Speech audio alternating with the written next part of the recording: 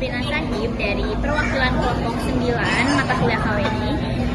Jadi di kesempatan kali ini saya akan berbincang-bincang dengan seorang pengusaha muda di usianya yang sangat muda ini. Beliau sudah memiliki banyak pengalaman dan pencapaian yang luar biasa di dunia bisnis ini. Tanpa berlama-lama, kita langsung aja tanya-tanya ke Kang Ruslan. Oke, gimana nih Kang kabarnya? Saya di sini mau nanya-nanya nih Kang seputar bisnis. Yang pertama nih, pendidikan Akang ini apa sih dan pengalaman kerja Akang gitu sebelum terjun ke dunia bisnis ini? Pendidikan terakhir S1 jurusan ilmu pemerintahan dan sempat juga kerja di pemerintahan di sebelumnya selama 2 tahun, terus di Kesra Kabupaten Subang selama 1 tahun.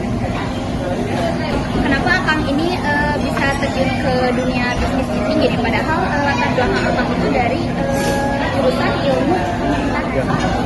Kenapa sampai akhirnya memutuskan terjun ke dalam bisnis ini? Karena yang pertama turunan dari orang tua ini berbisnis. Nah, kemudian perjalanannya waktu kuliah dimulai dari semester 3 sudah turun ke lapangan untuk membina para petani dari mulai penanaman, terus dari mulai pendidikan, pemberdayaan dan lain sebagainya. Kemudian setelah lulus sempat bekerja dulu di Kesra karena saya ijazah pertamanya ya. Saya ijazah, dirasa-rasa dan dipikir-pikir ketika ada di kantor dan di lapangan itu sangat jauh berbeda. Sampai akhirnya 2022 atau 2022 akhir lah memutuskan untuk keluar dari pemerintahan terjun ke dunia bisnis. Sangat hebat sekali ya Kang Ruslan ini. Kalau boleh tahu Kang Ruslan itu mulai bisnis itu dari umur berapa sih? Saya mulai bisnis itu dari umur 18 tahun. Jadi dari kuliah semester 3 sudah tidak mengandalkan biaya dari orang tua. Dari mulai bayar SPP dan lain-lain sampai wisuda pun biaya sendiri. Jadi usia sangat muda sekali ya udah mulai bisnis. Bagaimana sih proses Kang Ruslan dalam mengembangkan bisnis dari awal hingga saat ini? Prosesnya panjang ya. Jadi dari mulai awal merintis bisnis ini, tentunya salah satu faktornya ada kegagalan. Di mana waktu 2023 terakhir kemarin saya mengirim jahe ke Dubai itu satu kontainer gagal, tidak dibayar oleh pihak sana. Tapi di balik kegagalan itu ada ada pencapaian di baliknya. Jadi satu kontainer gagal tapi 10 kontainer kita kirim ke Dubai untuk jahe. Dan untuk tahun ini alhamdulillah sudah 29 kontainer kita kirim ke Bangladesh. Keren sekali ya. Bagaimana proses produksi produknya? Apakah itu tuh ada alat atau teknologi khusus gitu yang akan gunakan dalam proses produksi itu? Proses produksi di kita ada 2 ya, ada minyak atsiri dan rempah-rempah yang alami. Kalau minyak atsiri ini kita menggunakan destilasi atau penyulingan. Jadi di mana kita menggunakan bahan baku, terus kita disuling menggunakan sistem sublim di mana uap menjadi air, kemudian air menjadi minyak, kemudian disaring. Nah yang kedua untuk rempahnya, misalkan kayak jahe, cengkeh dan lain sebagainya kita olah fresh. Jadi kalau jahe ini kita cuci bersih, dimasukkan ke karung maring atau box yang ukuran 4 kilo, baru kemudian kita dikirim. Lalu Kang Ruslan itu mendapatkan bahan baku seperti rempah-rempah itu, apakah ada bekerja sama dengan petani lokal atau bagaimana? Kalau kita untuk bahan baku, alhamdulillah kita dari mulai Aceh sampai ke NTT itu sudah kita ada kerjasama. Jadi dari mulai Aceh, Medan, Lampung, terus ke Riau, kemudian ke Jawa Barat, Jawa Tengah, Jawa Timur, Bali, Lombok, NTT sampai Sumba.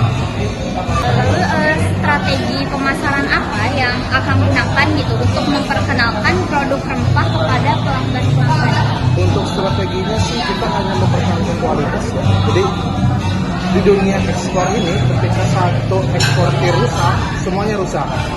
Jadi misalkan saya ngirim satu barang ini bagus, maka eksportir Indonesia dibilang bagus. Tapi ketika kita mengirim barang jelek, semua eksportir Indonesia jelek.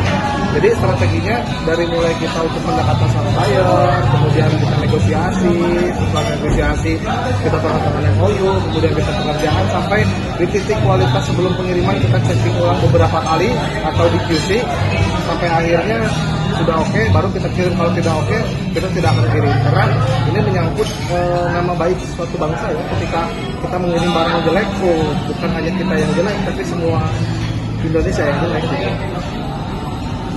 Kan dalam dunia bisnis ini gitu ya, pasti apa sih, tidak akan selalu ada di atas gitu ya, tidak akan selalu stabil gitu.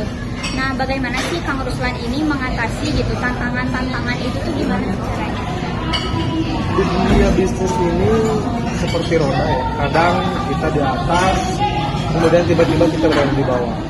Kuncinya satu, kita ini harus sabar menunggu momentum, karena di bisnis ini bekerja dengan momentum. Ketika momentumnya kena, sudah kita mau apapun itu bisa, tapi ketika momentumnya tidak kena, tidak terjadi. Contoh misalkan ada satu proyek tapi kita nggak kena nih momentumnya, atau kita kurang menguasai suatu produknya, maka itu nggak akan jadi sampai kapan. Tapi ketika ada proyek kitanya lagi bagus, momentumnya kena, harganya kena dan lain sebagainya, udah kita langsung itu juga itu. Tapi ketika mengatasi sedang down, ya kuncinya sabar, konsisten, tetap berusaha, jangan patah semangat. Karena pengusaha itu ketika dihitung-hitung ya, kita bisa menghasilkan puluhan juta atau ratusan juta dengan satu proyek, tapi kita bisa kehilangan puluhan atau ratusan juta dengan satu proyek juga, pastinya gitu. Siapa sih tokoh yang menginspirasi Akang gitu, sehingga Akang ini kayak terinspirasi di dunia bisnis ini tuh Akang terinspirasi? Kalau sosok yang bisa menginspirasi ini bisa dikatakan Pak Khairul Tanjung ya. Ketika dia memulai bisnis dari bawah, terus mencetak buku anak singkong, dan di buku itu banyak maknanya. Jadi bukan hanya sekedar anak singkongnya, tapi Pak Khairul Tanjung ini dia memulai dari nol, terus kemudian naik, kemudian turun lagi sampai naik lagi, dan bisa dikatakan sekarang beliau sukseslah dengan transnya kan gitu. Tapi ketika kita mengimplementasikan sesuai dengan apa yang beliau katakan dalam buku itu, insya Allah kita bakal konsisten juga. Lalu apakah ada kutipan atau pepatah yang sangat berarti gitu bagi Akang gitu sebagai seorang pembisnis ini, dan bagaimana kutipan tersebut bisa mempengaruhi cara pandang Kang Ruslan gitu dalam menjalankan usaha ini? Kutipan. Ada satu kutipan yang sampai saat ini melekat ya. Jika Anda mengalami suatu kegagalan, maka jangan patah semangat. Di dalam kegagalan itu ada keberhasilan yang tertunda. Jadi ketika kita bisnis, kita jangan hanya melihat ini berhasil, tapi lihat kegagalannya dulu. Jadi ketika kita sudah bisa melihat peluang kegagalannya seperti apa, ketika berhasil kita tidak sombong, ketika gagal kita tidak frustasi. Justru yang sangat disayangkan sekarang ke bisnis ini, apalagi di bisnis muda ya, dengan jiwanya yang masih menggebu-gebu, dia berani bertarung untuk berspekulasi tinggi terhadap suatu produk atau terhadap suatu barang. Ketika tidak berhasil, udah habis semuanya. Tapi ketika misalkan kita sudah tahu hitung-hitungannya dari awal, berhasilnya sekian persen, gagalnya sekian persen, ketika kita gagal pun ya tadi ada keberhasilan di balik kegagalan yang tertunda. Itu yang jadi patokan saya selama berada di bisnis ini. Masya Allah. Oke, mungkin itu aja sih Kang. Makasih banyak ya udah meluangkan waktunya. Ya, jadi untuk para generasi muda, untuk anak-anak Gen Z ini yang baru merintis usaha, kita jangan gampang menyerah ya, seperti yang tadi Kang Ruslan bilang gitu ya, harus konsisten gitu ya, intinya sabar dan berusaha semaksimal mungkin. Mungkin segitu aja sesi bincang-bincang kita. Mohon maaf apabila terdapat banyak kekurangannya. Wassalamualaikum warahmatullahi wabarakatuh. Dadah semua.